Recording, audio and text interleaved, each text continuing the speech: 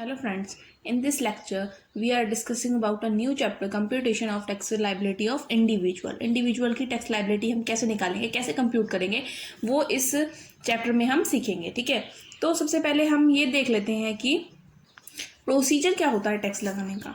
ठीक है, हम पहले इनकम के जो 5 हेड्स होते हैं उनकी सबकी इनकम को अगर हम ऐड कर देते हैं, जैसे income from salary, income from house property, business and profession, capital gain and other sources, उन सब की इनकम को अगर हम ऐड कर देते हैं तो हमारे पास क्या आती है, ग्रॉस टोटल इनकम, जिसको हम शॉर्टकट में GTI भी बोलते हैं. ठीक है, GTI में से हम क्या कर देते हैं, अगर 80 अंडर सेक्शन 80C से 80U की डिडक्शन हम उसमें से माइनस कर देते हैं तो हमारे पास क्या आ जाती है, टोटल इनकम आ जाती है. ठीक है, टोटल इनकम पर जो हमारे पास अवेलेबल रेट्स होते हैं टैक्स के, उस पर टैक्स रेट लगाने के बाद जो टैक्स हमारे पास आता है उसको हम क्या कहते हैं, ग्रॉस टैक्स कहते हैं. क्योंकि अभी ये फाइनल टैक्स नहीं है, क्योंकि इसमें से अभी बहुत कुछ चीज़ें हमें घटानी है और बहुत कुछ चीज़ें हमें माइनस करनी है. तो अब उसके बाद इंडिविजुअल को रिबेट भी दी जाती है. ठीक है, क्या दी जाती है, रिबेट. अंडर सेक्शन 87(1)(a) को दी जाती है, ये रिबेट दी जाती है, छूट दी जाती है, यानी टैक्स पर हमें कुछ छूट दे दी जाती है रेजिडेंट इंडिविजुअल को. ठीक है, ये टैक्स, ये छूट जो है ये टैक्स पर नहीं दी जाती है, ये हमें दी जाती है इनकम पर. ठीक है, क्या दी जाती है, ये छूट दी जाती है हमें इनकम पर.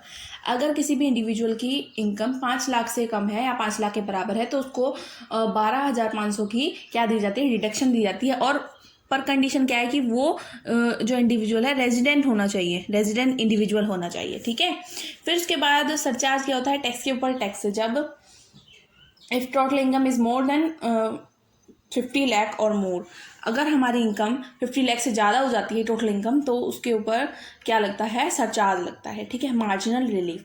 मार्जिनल रिलीफ को मैं आपको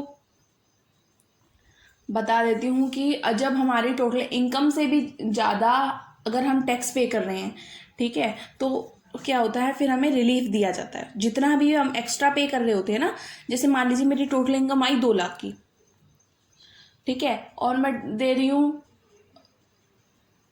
2,50,000 रुपये टैक्स दे रही हूँ. ठीक है, एक एग्जाम्पल के तौर पर मानिए आप इसे.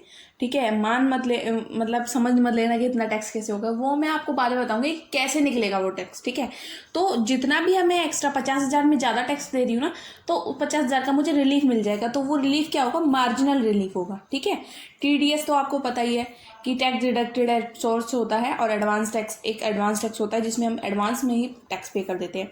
इन सबको कैलकुलेट करने के बाद हम क्या करते हैं, नेट हमारे पास क्या जाता है, नेट टैक्स आ जाता है. ठीक है, अब देखिए ग्रॉस टोटल इनकम आई, उसमें से 80C से 80U की रिडक्शन मैंने माइनस करी, उसके बाद मैंने क्या लगाया, उस पर टैक्स लगाया. ठीक है, रिबेट दी हमें इनकम पर दी, और हम क्या करेंगे, इसमें से माइनस कर देंगे. ठीक है, और सरचार्ज को हम टैक्स में जोड़ देते हैं, जोड़ने का प्लस कर देंगे.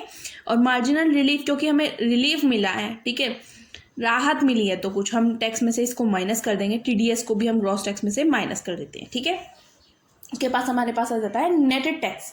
ठीक है, टैक्स लाइबिलिटी ऑफ इंडिविजुअल को निकालने के दो मेथड होते हैं. ठीक है, ओल्ड टैक्स रेजिमे और न्यू टैक्स रेजिमे. अब ओल्ड टैक्स रेजिमे क्या होता है, वो सारे एसेसीज पर अप्लाइड होता है, अप्लाइड ऑन ऑल असेसीज. ये पुराना मेथड था टैक्स लगाने का. ठीक है, और अब एक नया मेथड आया न्यू टैक्स रेजिमे, जो कि इंडिविजुअल और HUF पर अप्लाइड होगा. अप्लाइड ऑन ओनली इंडिविजुअल और HUF. HUF means Hindu undivided family. ठीक है, तो इसको हम नेक्स्ट लेक्चर में लेंगे.